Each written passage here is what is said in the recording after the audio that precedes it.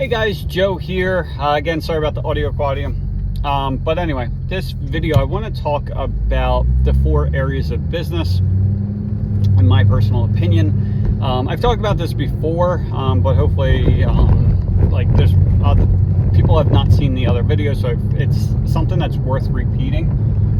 And because a lot of times as business owners, we're too close and we're too into the business to really understand and see the problems for what they are, right? And we're always trying to make problems bigger than what they really are, and it comes down to 4 simple things, right? Again, in my opinion.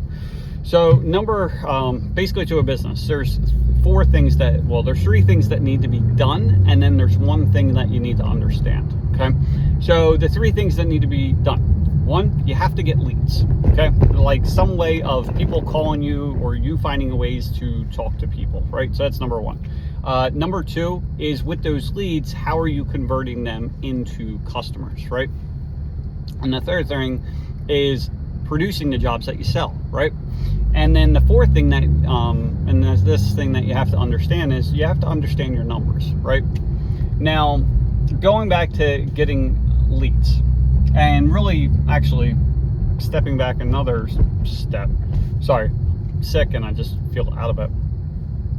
But what you also have to realize is that the business is just a game of numbers. It's literally playing with numbers to get to the results that you're looking to do, right? And because you can play, and what I mean by that is you have a few different options as far as pricing and the number of jobs that you're going to do and profit, right? So just say you have to hit $100,000 a year in profit in order to cover your personal bills and things like that, right? So you could do a few different things. You could sell 1 job that makes you $100,000 in profit, and that's it.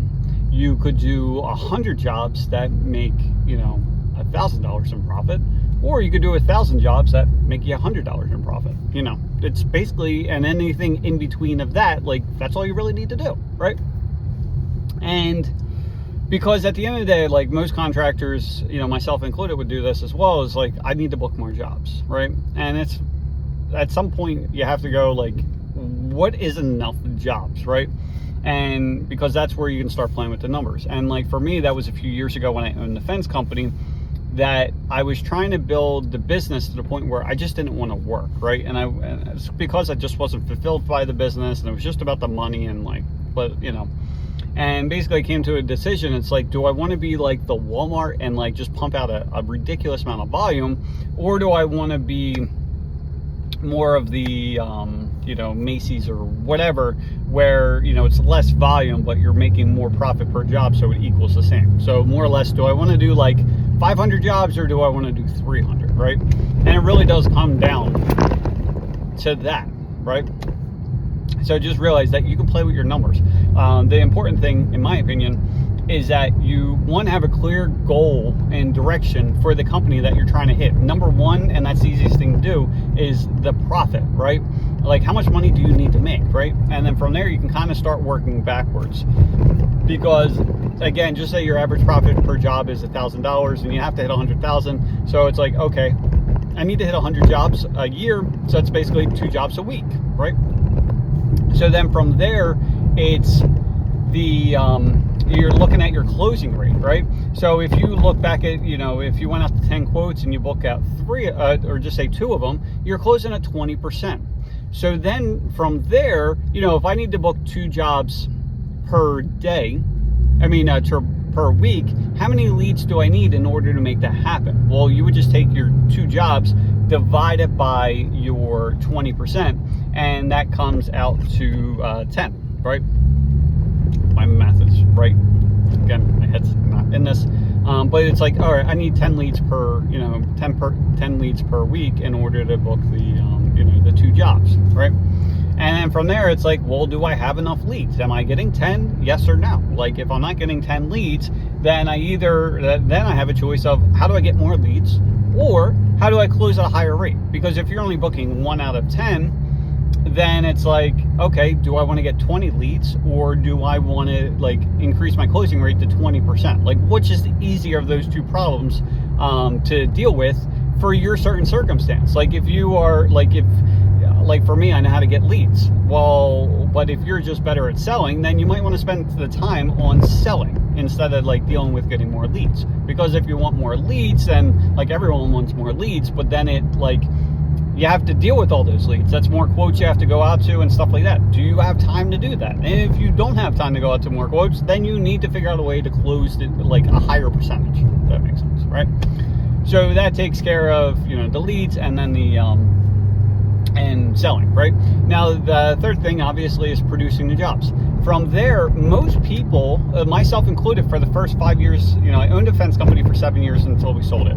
And for the first 5 years, I had my own crews do it. And like, that's how I thought the right thing was to do it.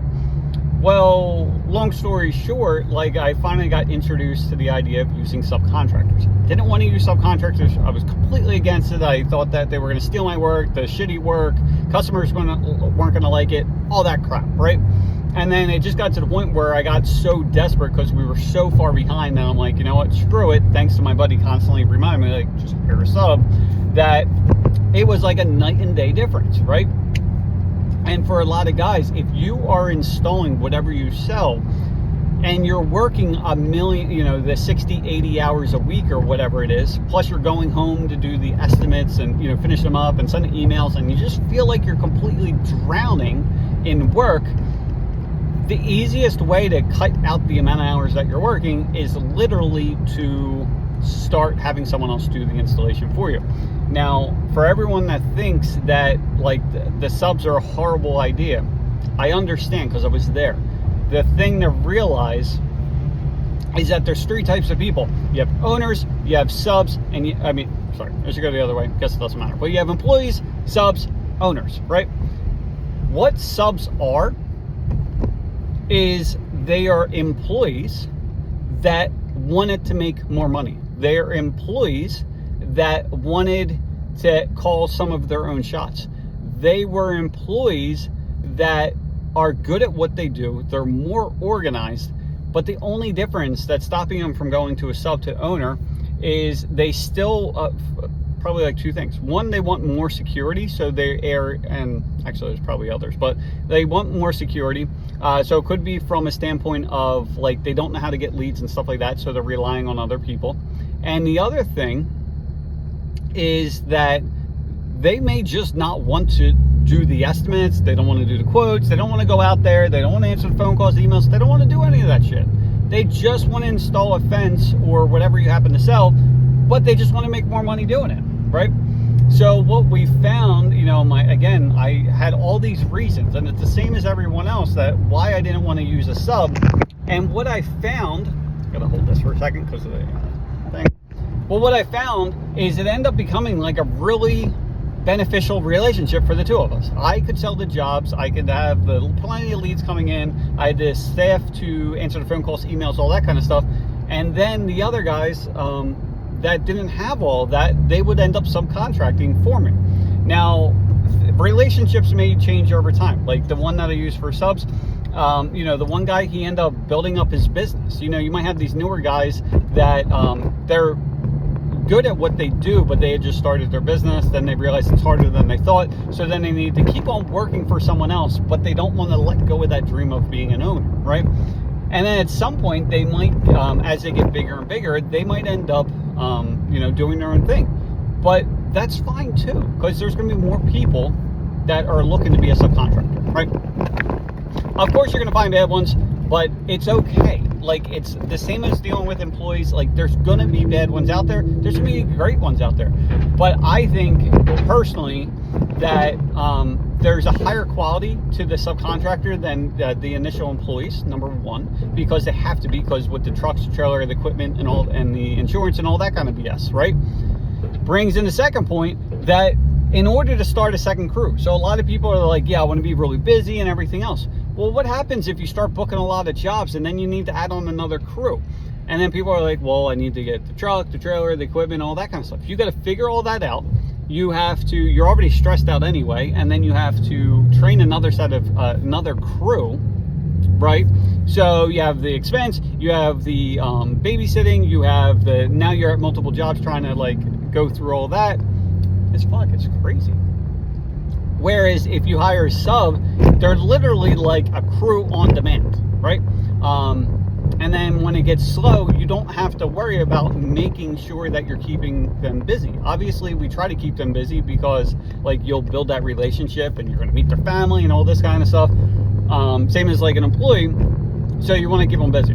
The other thing that's really nice is that it is very, the pricing is very structured, right? So typically they're going to say, okay, it's X amount per job. Now with the fencing, like I'm involved in, when I used to do the installation side of things, it's like, okay, it's X amount per post and it's X amount per gate. Like it's literally that simple, right? So then when you go out to a job, you know it's 20 posts and you know you're paying like just say $50 post for installation. Well then you know it's going to cost you $1,000 for labor, and then if your materials are $3,000, then you tack on whatever you want for your profit and you're done with it. Whereas like when you're doing the installs, you know, you have your installers doing it instead, you know, and you're paying per day, well, or pay per hour per day, whatever you're doing. Like some days, like everything's going to go great, but then you're going to have these other days where like everything's taking way longer, and you think you may make $1,000 on a job, but then you end up only making like $500 on a job, right? The other thing that's nice with using subcontractors, not that I'm trying to sell this, or sell you on the idea of it, but you can have relationships with multiple suppliers, right? So again, going back to the fencing, now you could have subs that are only like a guy and basically the owner of the subcontracting business and a helper, right? You could also have relationships where there's a subcontractor that it's him and like 3 and 4 other guys, right? Now, why is that important? Because what ends up happening is that, and we used to play, we didn't really look at profit percent. We looked at how much profit per crew per day we would end up making. Now, what you could end up having is like if you have these smaller, you know, these 20 post jobs, and you know it could be just a person and a helper. Well, what'll end up happening is you give them that to the smaller crew. Now you might end up making, you know, that 1,000, you know, 1,500, 2,000, whatever your numbers happen to be from that. But then when you have these larger jobs, you can still price it the same way you normally would with these smaller ones. But like if you have a job that's just say like 50, 60 posts, if you end up getting a crew that it's like a 4-man, a 5-man, a 6-man team, what ends up happening is you get that, instead of getting that job done, you know, if you're normally doing a 60 post job in 3 days with yourself and another helper, well, if you find a sub crew that's large enough and they're able to knock that out in 1 day, what ends up happening is you would go from making, you know, that $1,000, $1,500, $2,000 a day to like $3,000, $4,500, $6,000 in a day, right? This is where you drastically increase the amount of money that you're making per day. So what you would have made in a week, you'll make in a day, right? Now, obviously, it's not going to be all the time, but that gives you the flexibility. Also gives you the flexibility if, like, the winter time, not the winter time, like bad weather and stuff like that. So, like, if you get several days of rain and everything else, well, then you can basically bring on several crews at the same time and, like, not fall behind on your schedule. There's all kinds of shit you can do. As far as you know your numbers, again, that's kind of like going back and playing with the numbers that I was talking about. But if you just would look at how much did the job, like what was the total job, what was the what did the materials cost, what did the labor cost, what was your profit, right? Then on top of that, I do personally look at how much that time you're spent on each area. So like as far as answering the phone calls, the emails, going out to the estimates, getting the materials, ordering the materials, all that kind of shit.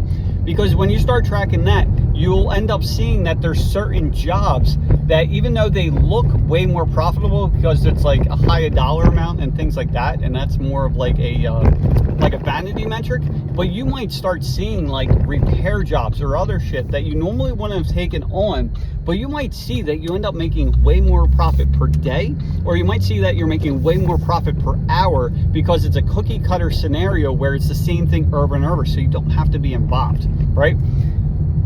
I have a spreadsheet for all this. If you're interested, it's free. I'm not trying to charge anything for it, but you basically put in some numbers. You put in how much that you want your business expenses are, how much that you want to personally make from your company. I mean, from your company for your own personal self. You put in some jobs, and from there it'll tell you like, look, you need to book X amount of jobs per week, and things like that. So anyway, I hope this has been helpful. Sorry, I'm just parking real quick. I hope this has been helpful. Again, I've talked about this in the past, but I do think it's good information that is worth repeating, because a lot of times that we end up making problems bigger than what they really are. So yeah, if you have any questions, let me know. If you need that spreadsheet, let me know. And that's about it. So I hope you guys have an awesome day, and I'll talk to you soon. See ya.